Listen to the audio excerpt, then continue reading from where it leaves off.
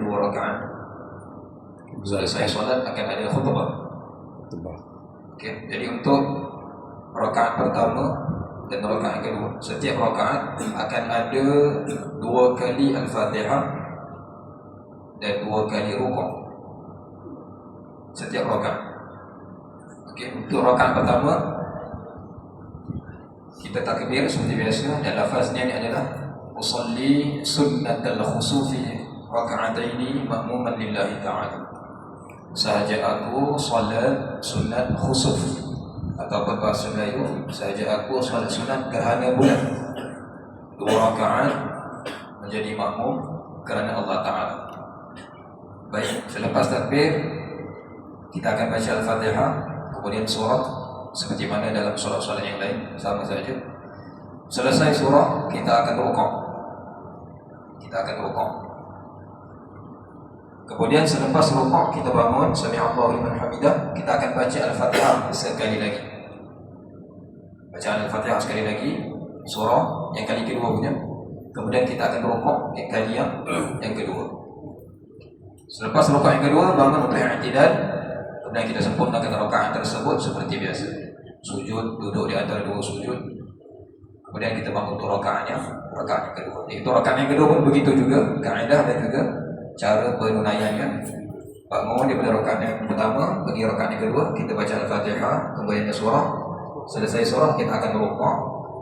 Kemudian selepas rukuk kita akan bangun, sami'allahu liman hamidah, baca Al-Fatihah untuk yang kedua.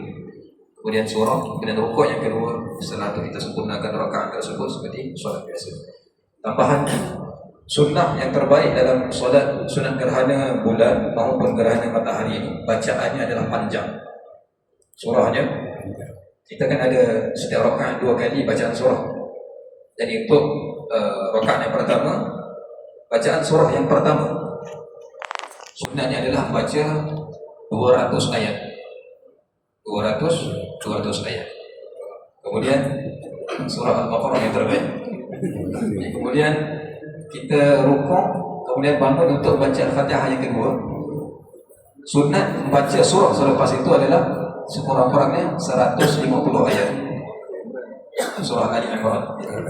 Dalam kitab fiqh dia maklumkan rakaat pertama Al-Baqarah, untuk Al-Fatihah pertama surahnya adalah Al-Baqarah, Al-Fatihah kedua surahnya Ali Imran. Okay. Jadi kuantiti ayat tu sunat kalau kita tunaikan solat gerhana ni begitu panjang. Dan tambahan lagi pula ketika rukuk, kita akan ada 2 kali rukuk pada setiap rakaat. Jadi rakaat pertama itu rukuknya adalah seperti panjangnya bacaan surah tadi, sekitar 200 ayat. Jadi panjang rukuknya begitu. Kadar masanya kita ambil mungkin dalam 10 ke 15 minit. Rukuk seakan-akan membaca 200 ayat. Sama juga untuk rukuk yang kedua dalam rakaat pertama begitu. Kita nilaikan dengan masa kurang lebih dalam 10 ke 15 minit. Dan tambahan yang ketiga adalah sama juga ketika sujud, disunatkan untuk panjangkan masa sujud tu, umpamanya seperti kita baca 200 ataupun 100 ayat. Tapi untuk malam ni kita tak bawa lah, seperti mana sunat tambahan yang saya sebutkan tadi, 3 benda tu, surah yang panjang, rukuk yang panjang dan juga sujud yang panjang. Kita khawatir